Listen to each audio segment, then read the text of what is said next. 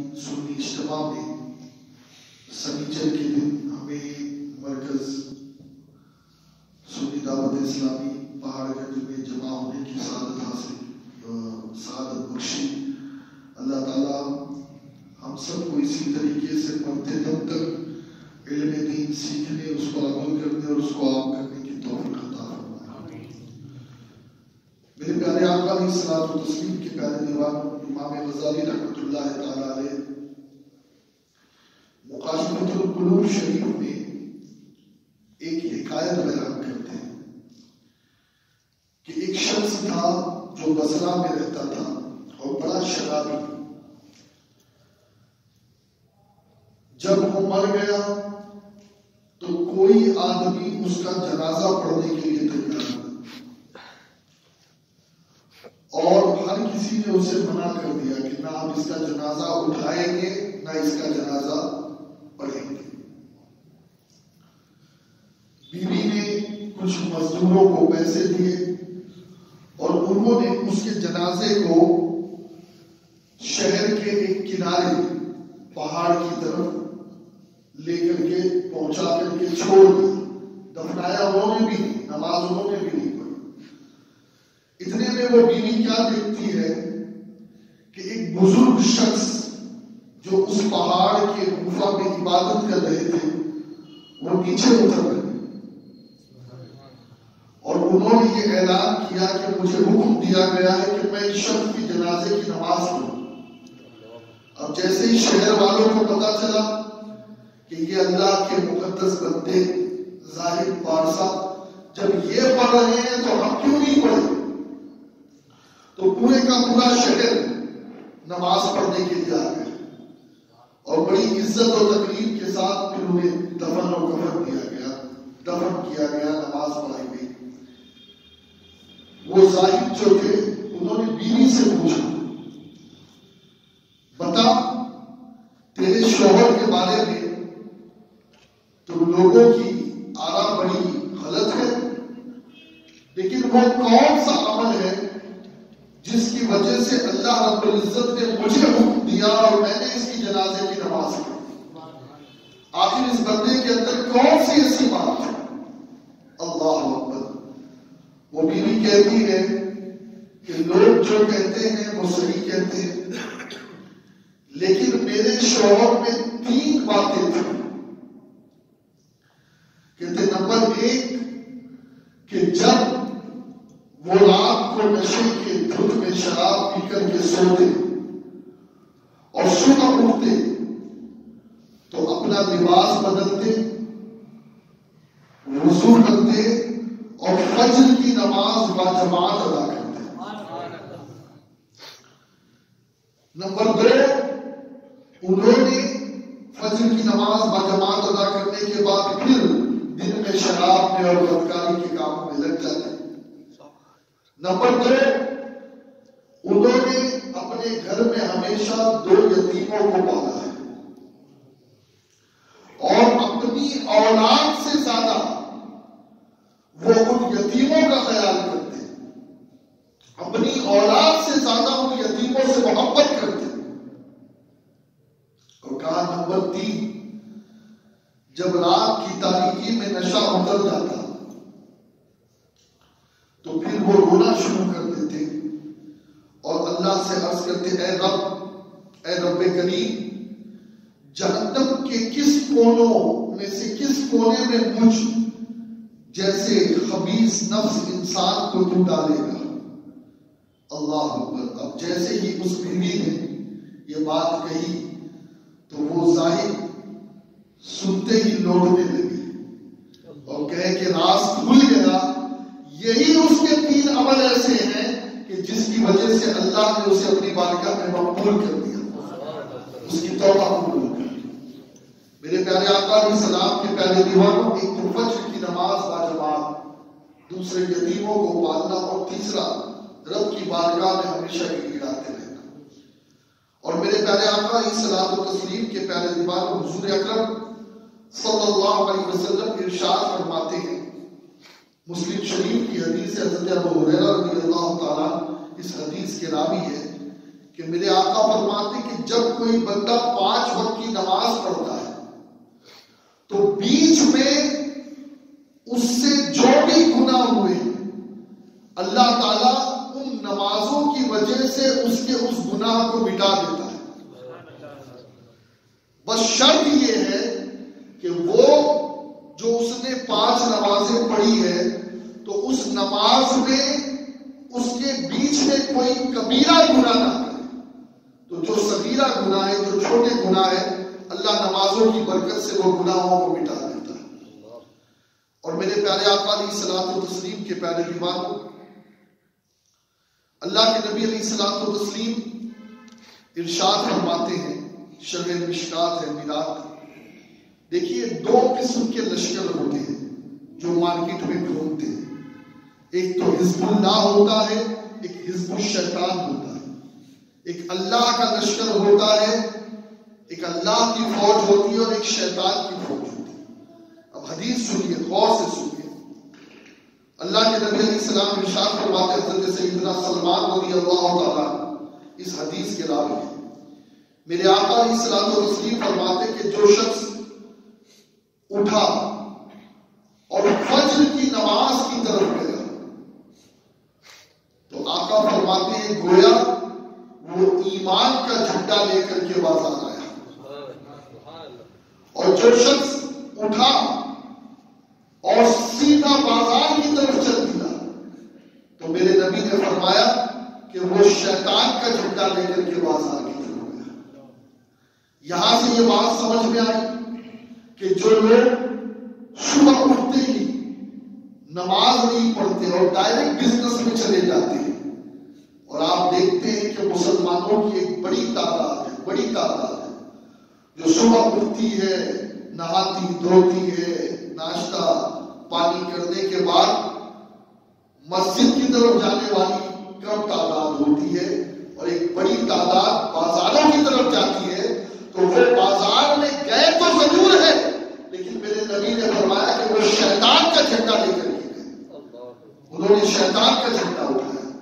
اور اللہ کا جھنڈا اور ایمان کا جھنڈا اٹھانے والے وہ لوگ ہیں کہ جو فجر کی نماز کی طرف جاتے ہیں. سب سے پہلا کام نماز فجر کی طرف جانا. اور میرے پیارے آقا علیہ الصلوۃ والتسلیم کے پیارے دیوانوں، مشکات شریف کی حدیث ہے، حضرت ابو ہریرہ رضی اللہ تبارک و تعالی عنہ اس حدیث کے راوی ہیں. میرے آقا فرماتے اگر لوگ جان لیتے کہ اذان دینے میں کیا ثواب ہے اور پہلی صف میں نماز پڑھنے میں کیا ثواب ہے، اذان اور پہلی صف، تو میرے آقا فرماتے ہیں پھر تو قرآن ڈالے جاتے اور بنا قرآن کے معاملہ حل نہیں ہوتا. ہاں، لوگ قرآن ڈالتے میں نماز پڑھوں گا، میں پہلی صف میں نماز پڑھوں گا اور میں پہلے اذان دوں گا، لیکن لوگوں کو پتہ ہی نہیں نا.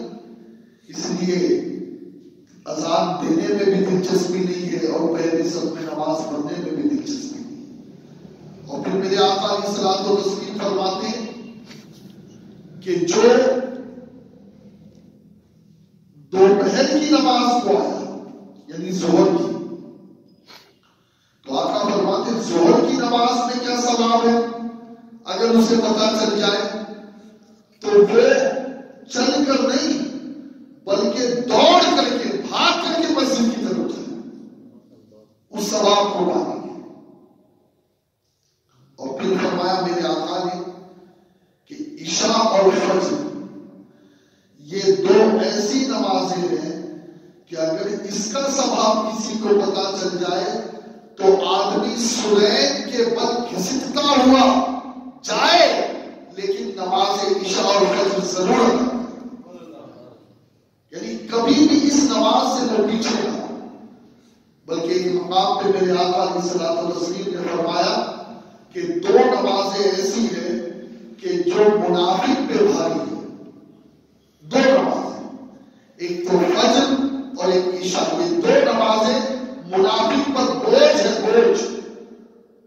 وہ 3 نمازیں تو آسانی سے پڑھ لے گا، ظہر، عصر، مغرب، لیکن فجر کی نماز اور عشاء کی نماز یہ منافق پر بہت بڑے بوجھ کی مانند ہے. اللہ اکبر. آقا نے فرمایا منافق پر بھاری یہ دو نماز. اسی طریقے سے مسلم شریف کی حدیث ہے, اللہ کے نبی علیہ السلام نے ارشاد فرمایا تھا, ابو موسیٰ رضی اللہ تعالی اشعری اس حدیث کے راوی مصطفیٰ کریم صلی اللہ علیہ وسلم فرماتے ہیں کہ جو دو ٹھنڈی نمازیں پڑھے اس کے لیے جنت ہے. جو دو ٹھنڈی نمازیں پڑھے اس کے لیے جنت ہے, وہ جنت میں جائے گا. اور حضرت جندب بصری رضی اللہ تعالیٰ یہ بھی صحابی رسول ہے, وہ فرماتے ہیں کہ میرے نبی نے فرمایا کہ جو فجر کی نماز پڑھے وہ اللہ کی امان میں آ جاتا ہے.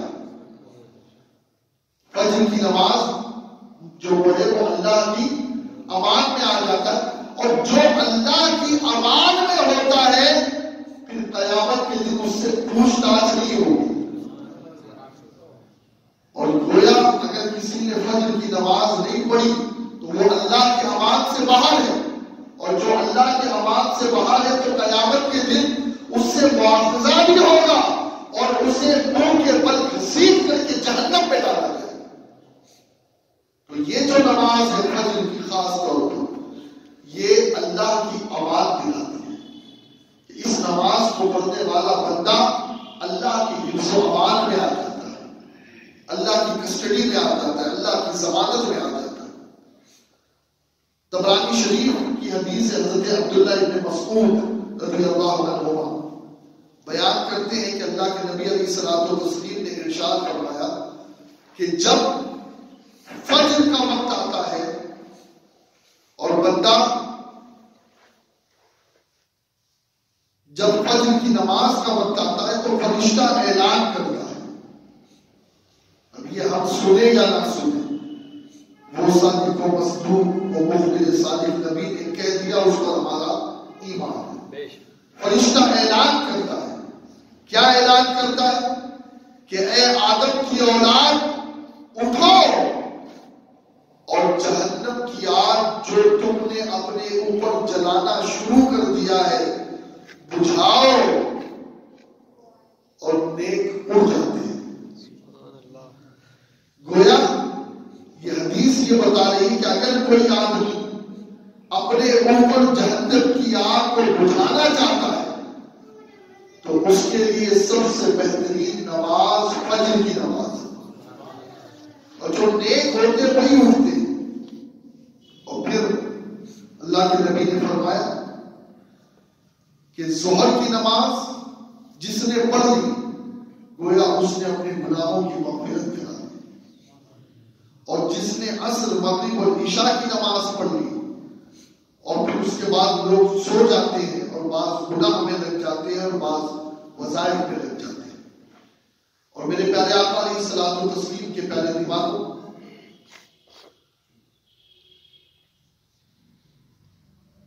یہ جو وقت فجر ہے قرآن میں اللہ تبارک و تعالیٰ نے اس کی قسم یاد فرمائی ہے. اور اگر آپ محبت کی زبان سے سمجھیں, عشق کی زبان سے سمجھیں, تو وہ وقت جب میرے نبی تشریف لائے, سحر کا وقت تھا, معصوم کلیاں مسکراتی تھی, ہوائیں خیر مقدم کے ترانے گنگناتی تھی. تو یہ وہی وقت ہے جسے فجر کا وقت کہا جاتا ہے کہ میرے نبی علیہ الصلوۃ والتسلیم نے دنیا میں تشریف لانے کے بعد جو سب سے پہلا کام کیا وہ سجدہ کیا. اور کون سا سجدہ کیا سب سے پہلے؟ وہی, اس لیے کہ آپ تشریف لائے فجر کا وقت شروع ہو گیا.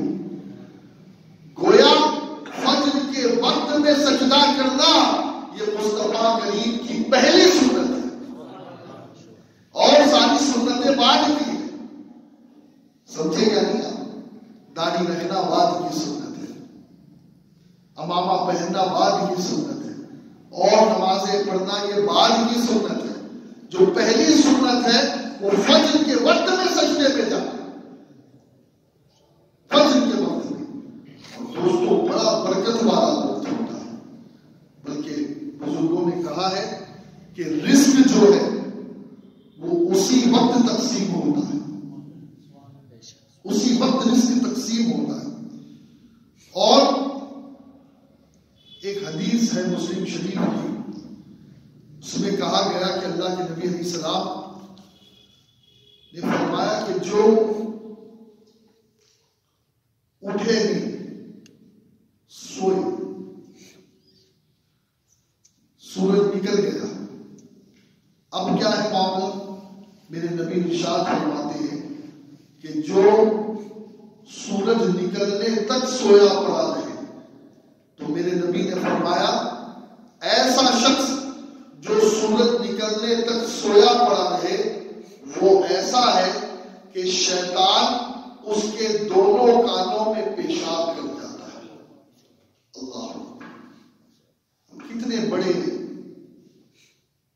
محروم ہوں گے وہ لوگ کہ جو فجر کی نماز کے لیے نہیں اٹھتے اور سورج نکلنے تک سوئے پڑے رہتے.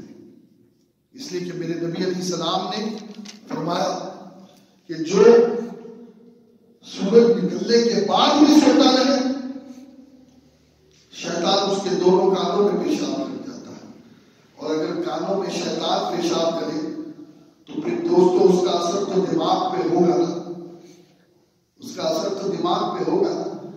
پھر دماغ تھوڑی کام کرے گا بھائی، جس کے دماغ میں شیطان کے پیشاب کے اثرات پہنچ جائے تو پھر اس کا دماغ تو الٹے ہی کام کرے گا، سیدھے کام تھوڑی کرے گا، وہ پاگل ہو جائے گا. اور اللہ نے قرآن میں فرمایا اقیم الصلاۃ لدلوک الشمس الی غسق اللیل وقرآن الفجر ان قرآن الفجر کان مشہودا. اللہ فرماتا ہے نماز قائم رکھو سورج ڈھلنے سے رات کی اندھیری تک، اور صبح کا قرآن، بے شک صبح کے قرآن میں فرشتے حاضر ہوتے ہیں. یعنی صبح کے وقت نماز کی تو اپنی فضیلت ہے، فجر کے وقت نماز کی اپنی فضیلت ہے. جو فجر کے وقت قرآن کی تلاوت کرتا ہے تو اس کی تلاوت سننے کے لیے اللہ کے فرشتے حاضر ہوتے ہیں. یہاں سے یہ پتا چلا کہ یہ صرف نماز ہی کا وقت نہیں ہے بلکہ یہ قرآن پاک کی تلاوت کا بھی وقت ہے. یہ سورہ اسراء آیت نمبر 78.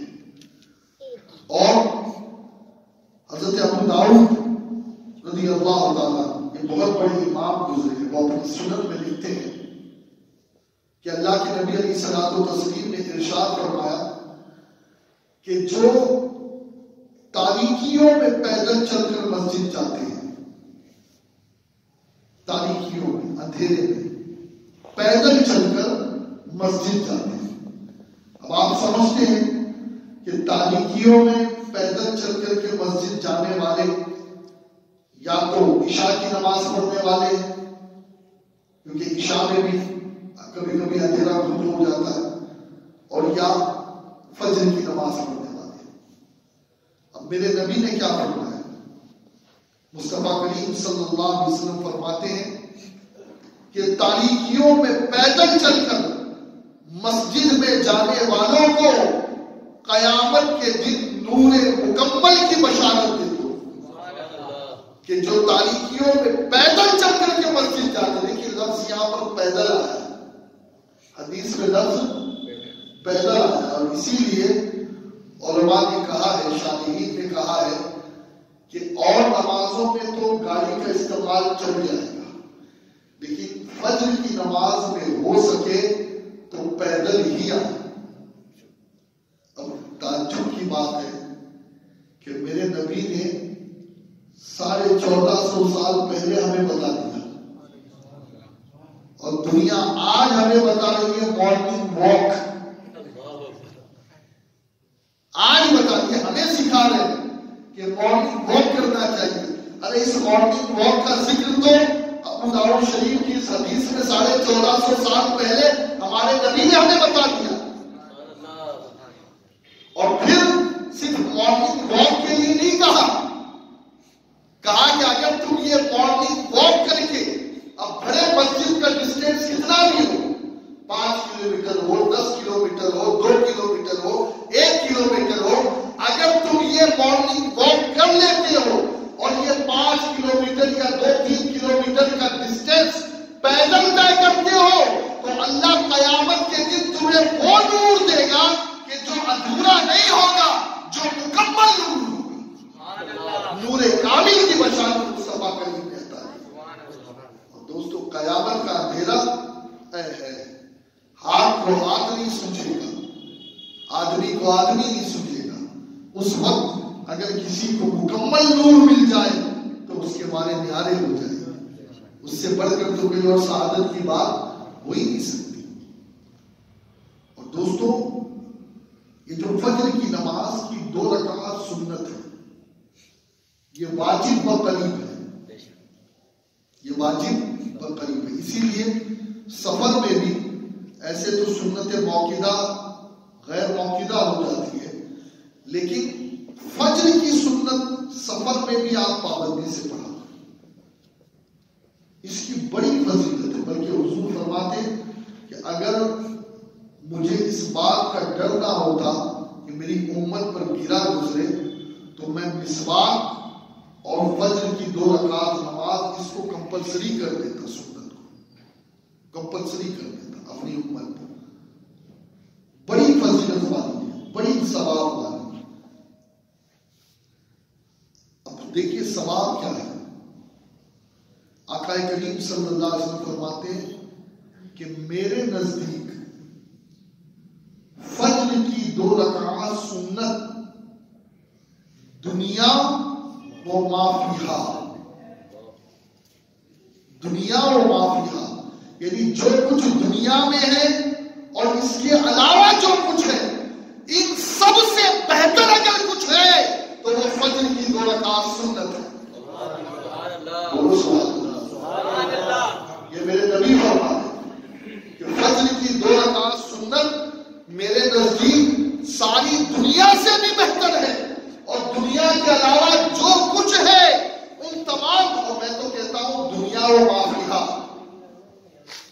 دنیا و ما فیہا، اس میں جنت بھی آتی ہے. گویا اشارہ نبی یہ دے رہے ہیں کہ یہ 2 رکعات نماز پڑھنا تو مجھے جنت سے بھی زیادہ پسند ہے. اللہ، اب میں یہ کہتا ہوں کہ جب فجر کی 2 رکعات سنت میرے نبی کو اتنی پسند ہے تو جو فجر کی فرض پڑھتا ہوگا وہ کتنی پسند ہوگی. اس نماز کا کیا حال ہوگا جو فرض ہے. جب سنت کا یہ حال ہے، فجر کی 2 سنت اتنی عظیم ہے تو فجر کی 2 فرض کتنی عظیم ہو. اور میرے پیارے آقا علیہ الصلوۃ والتسلیم کے پیارے دیوانوں، مسلم شریف کی حدیث ہے، صحیح مسلم میں اللہ کے نبی علیہ الصلوۃ والتسلیم فرماتے ہیں، اور نسائی میں بھی اس سے ملتی جلتی حدیث موجود ہے. آقا کریم فرماتے ہیں کہ وہ شخص جہنم میں نہیں جائے گا جو طلوع آفتاب سے پہلے اور غروب آفتاب سے پہلے کی نماز پڑھ دے، یعنی فجر اور عصر. سورج نکلنے سے پہلے فجر اور سورج ڈوبنے سے پہلے عصر. آقا کریم نے فرمایا کہ جو فجر اور عصر یہ 2 نمازیں پڑھ لے وہ جہنم میں نہیں جائے گا، وہ جہنم میں نہیں جائے گا. جسے اپنے آپ کو جہنم سے بچانا ہے وہ کوشش کرے کہ ان 2 نمازوں کی پابندی کرے. اور حضرت جریر بن عبداللہ رضی اللہ تعالیٰ، اور یہ سبحان اللہ ان کی بڑی کرامت ہے، حضرت جریر کی بڑے عظیم صحابی ہیں. انشاءاللہ کسی اور موقع پر، اس لیے کہ وقت میں گنجائش نہیں ہے، حضرت جریر بن عبداللہ سے ایک حدیث مروی ہے کہ بخاری شریف اور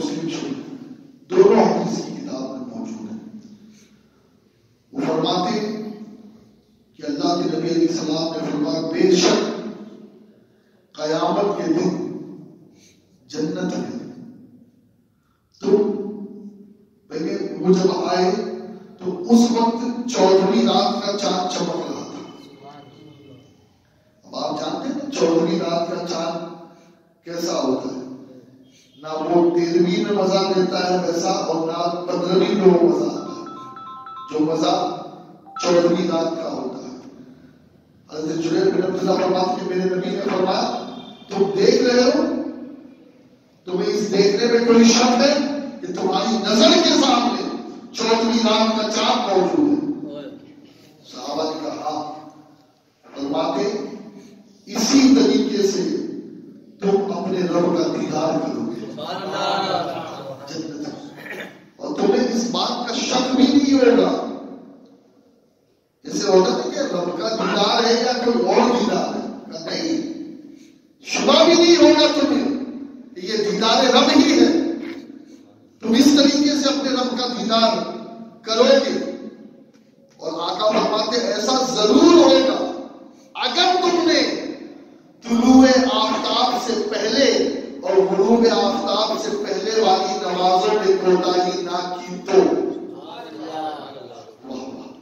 کتنی بڑی فضیلت، کتنی بڑی فضیلت. جس رب کے لیے نمازیں پڑھ رہے ہیں، اگر اس رب کا دیدار چاہتے ہو، اور ایسا بے حجاب دیدار، ایسا بے حجاب دیدار کہ جیسے ہم چاند کو دیکھتے ہیں 14ویں کے، تو میرے نبی نے فرمایا کہ جو سورج نکلنے سے پہلے والی نماز کبھی نہ چھوڑے، اور سورج ڈوبنے سے پہلے والی نماز کبھی نہ چھوڑے، عصر کبھی نہ چھوڑے، فجر کبھی نہ چھوڑے، وہ اللہ کا دیدار ایسے ہی کرے گا جیسے 14ویں رات کے چاند کا ہوگا دیدار، اور اسے اس کی شک بھی نہیں ہوگا.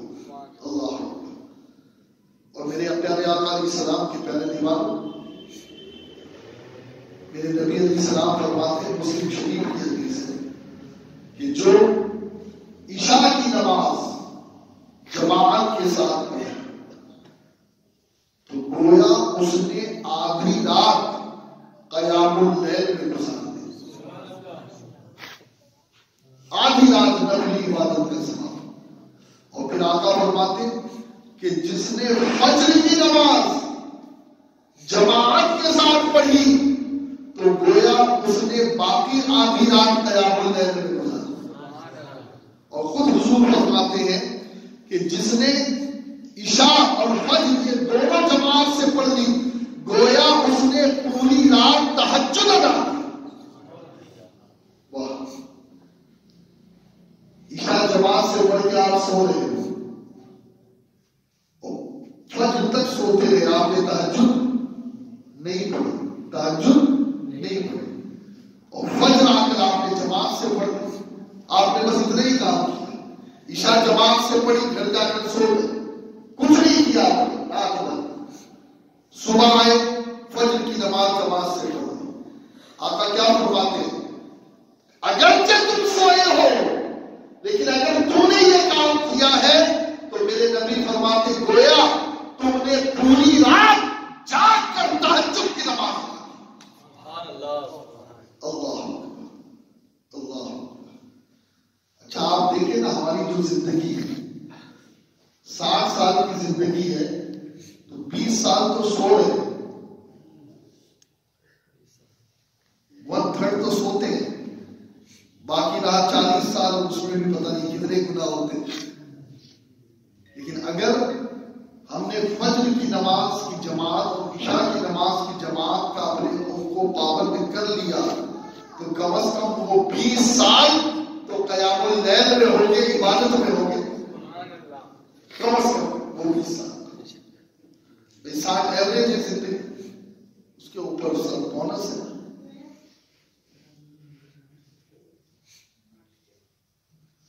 اور سبحان اللہ، فجر کی نماز تو فجر کی نماز، فجر کی نماز پڑھ کر کے جو مسجد میں بیٹھتے ہیں، آقا فرماتے کہ جو فجر کی نماز پڑھ کر کے اپنی مصلی پر بیٹھے ہوتے ہیں، اذکار میں لگے ہیں، دعا میں لگے ہیں، تسبیح میں لگے ہیں، تلاوت میں لگے ہیں، کچھ بھی کر رہے ہیں، آقا فرماتے ان کے لیے اللہ کے فرشتے مغفرت کی دعا کرتے ہیں اور اللہ سے رحم کے طالب ہوتے ہیں کہ اللہ اس بندے پہ تو رحم کر اور اس بندے کی تو مغفرت کرنا. یہ دو دعا کرتے ہیں فرشتے اس بندے کے جو فجر کی نماز پڑھ کر کے اپنی جگہ بیٹھ جاتا ہے. اس لیے فجر کی نماز پڑھ کر کے بھاگنا نہیں چاہیے، کچھ دیر ہی سے کچھ دیر، اور اگر اللہ توفیق دے تو پھر سورج نکلنے تک بیٹھے گا، اس کی الگ فضیلت ہے، اس کی الگ فضیلت ہے. میرے نبی علیہ السلام نے ارشاد فرمایا کہ اگر کوئی شخص فجر کی نماز، ترمذی کی حدیث ہے، اس سے پہلے جو حدیث بیان کی وہ امام احمد بن حنبل نے اپنی مسند میں روایت کی، لیکن اب جو بیان کر رہا ہوں یہ ترمذی کی ہے. میرے نبی صلی اللہ علیہ وسلم نے ارشاد فرمایا کہ جو فجر کی نماز کے بعد اپنی جگہ بیٹھ کر کے ذکر و اذکار میں لگا رہے، تسبیح و تحلیل میں لگا رہے یہاں تک کہ سورج نکل آئے، سورج طلوع ہو، اور پھر اس کے بعد وہ 2 رکعات نماز پڑھے، آقا فرماتے ہیں اسے پورے حج اور پورے عمرے کا ثواب ملے گا. یہی بیٹھے بیٹھے، یہی بیٹھے بیٹھے، اب چاہے لاک ڈاؤن ہو، فلائٹیں بند ہو، کچھ بھی ہو، لیکن اگر وہ فجر کی نماز پڑھ کر کے اپنی جگہ بیٹھا رہتا ہے اور وہیں پر اللہ کے ذکر میں لگا ہے اور پھر سورج نکل کے، ہم اپنی زبان میں اسے اشراق کی نماز کہتے ہیں، اشراق، اور پھر سورج نکلنے کے جو ٹائم ہے اس کے 20 منٹ بعد پھر 2 رکعت نماز پڑھ لے، آقا فرماتے ہیں اس سے پورے حج اور پورے عمرے کا ثواب اللہ تعالیٰ عطا فرماتا ہے. تو یہ چند فضیلت کی باتیں میں نے عرض کی ہے. اللہ آپ کو بھی، مجھے بھی، سب کو عمل کرنے کی توفیق عطا فرمائے، اور اللہ تعالیٰ اپنے حبیب صاحب الاولاد صلی اللہ علیہ وسلم کے صدقہ فیض ہم سب کو نمازوں کا بھی پابند بنائے، مصطفیٰ کی سنتوں کا بھی پابند بنائے، شریعت کا بھی پابند بنائے، اور ایمان کی سلامتی اور ایمان پر خاتمہ بالخیر نصیب فرمائے. وما علینا الا البلاغ المبین. السلام علیکم ورحمۃ اللہ وبرکاتہ.